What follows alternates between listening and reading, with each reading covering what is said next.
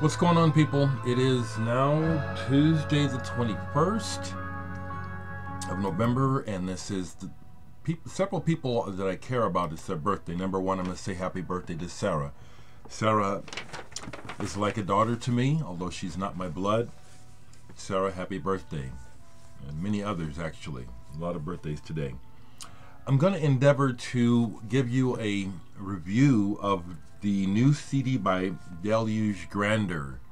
And the reason why I'm saying endeavor is because it's a thick recording, and I know that the more I listen to it, the more I'm going to get out of it. But I can already recommend it. They have a new CD called Oceanarium. This is a progressive rock band. Thank you, Dan Britton, keyboardist of the band, for sending me a copy. And thank you to, I think it's Joe Bonsek, who called them to my attention, sent them my way. I like progressive rock music. I like things that you have to take your time to digest. And this is such a thing. They sent me a one sheet and with some notes and stuff, you know, and it helps because, again, this is a progressive rock sound that has almost symphonic elements. They use many different instruments, including cello, trumpet, bass, clarinet, flute, saxophone, dulcimer, etc. And banjo. And I'll tell you what, I noticed when the banjo came in. How's that? How's that? How's that for using instruments effectively? I noticed when the banjo made its appearance. This is apparently part of a... Oceanarium is on the middle tier of the three-tiered 7-album series. Contains ideas found in the 2 albums, okay? You know, that makes sense to me because this starts off like the beginning of a movie.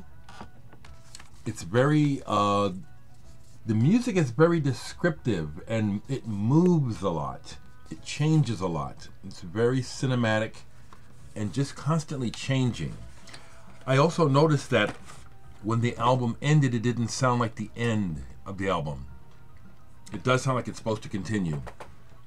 There's a story and a narrative attached. The booklet has really nice illustrations. I have not really taken the time to try to absorb what the story is about, but for those that are interested, it does often help to set up a narrative. It's something that I really haven't endeavored to do with my music, is to try to set up a narrative. I just make the music and hope it speaks for itself. I do like this, and some of the references that they point to from themselves is, what did they say? Oh, they reference groups like PFM, Manij, Kenso, Myriador, Semiramis, Asia Minor, Cotebel. The music does fit in that wheelhouse. It's busy, the guys can play. I did notice that the mix of the album is more like a 70s album. It's, I don't know if the word is compressed. I think it's compressed. But yeah, it's playing in the background. It's a good thing that the one sheet explains that, because when I first heard it, my first complaint was it's not full fidelity. But there's a lot to be said for this music. I've already seen on Facebook where some of my progressive rock buying friends have already bought this. So Deluge Grandeur apparently already have a fan base. If you're interested in this by what you hear or what I'm saying, I'll leave the link, okay? Before I go, a couple other things. So someone recently asked me if I knew that this would happen, that some people are having an emerging perception of me as the guy who makes videos about dead rock artists. No, I make videos about artists who mean something to me. Someone asked me if I had made a video about Scott Weiland of Stone Temple Pilots. No. Rest in peace, Scott, but the Stone Temple Pilots never meant shit to me, you know. I mean, it's not a diss. It's just, I've seen them live.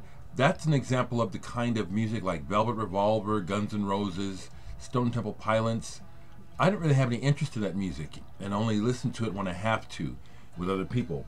This is not a diss. I'm sharing with you what's important to me. So I talk about music that's important to me. So if someone were to ignorantly say, well, you talked about Malcolm Young of AC/DC, I just explained it. That was important to me, okay? AC/DC were important to me. Malcolm Young, who basically started the band, you could say he helped write the book on proper rhythm guitar playing in rock music. But yeah, I respect that Scott Weiland could sing. But yeah, I've got this Rock and Roll Train. Played it the other day. Bon Scott is who I really liked with AC/DC, and I've still got this promo of Whole Lotta Rosie. I was just playing that. So that's where it's at. No, I'm not the go-to guy to talk about just anyone who dies. And someone else asked me to talk about Elton John. Now, if you watch my videos, you can see that Elton John doesn't need me to talk about him, okay? How's that for an answer? Does that make sense? Something else. Okay, let's keep going here.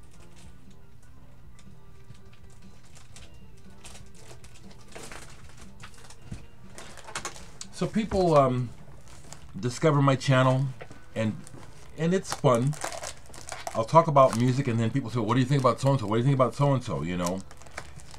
Recently, someone wrote and said, and I thought this was funny, because again, we don't know each other, but he said, find out about Passport. I said, find out about Passport? Okay. Yeah, I like to do this, okay? I like to be like this, yeah. Yeah, I know about Passport. Matter of fact, Passport was a band that I got turned on to into high school by the kids that I met who were in Air Force brats. They had lived all over the world. They're the ones who really turned me on to Faust, Gong, and Genesis, and even the label ECM. They also turned me on to Passport. Do I still have the copy of the record? Yep. This was their copy of the American version. Pardon me with these Blake sleeves. They get jammed together. But this is a copy that was theirs, and when they moved out of Omaha, they gave me a bunch of their records. I kept this. I really like the album a lot. Klaus Doldinger, jazz musician from Germany, sax player. He's had all kinds of people in the band. In the early days, he even had members from Amandul too were in the band. So this is the first one in America, but here's their first album, Passport Doldinger, and then this was the actual German release of second Passport. I like this music. Some people call it kind of smooth jazz. I don't agree with that. It got smoother as it went on, but Klaus Doldinger can play, but he's also a good writer and arranger. And I like the sound of Passport, these early albums in particular.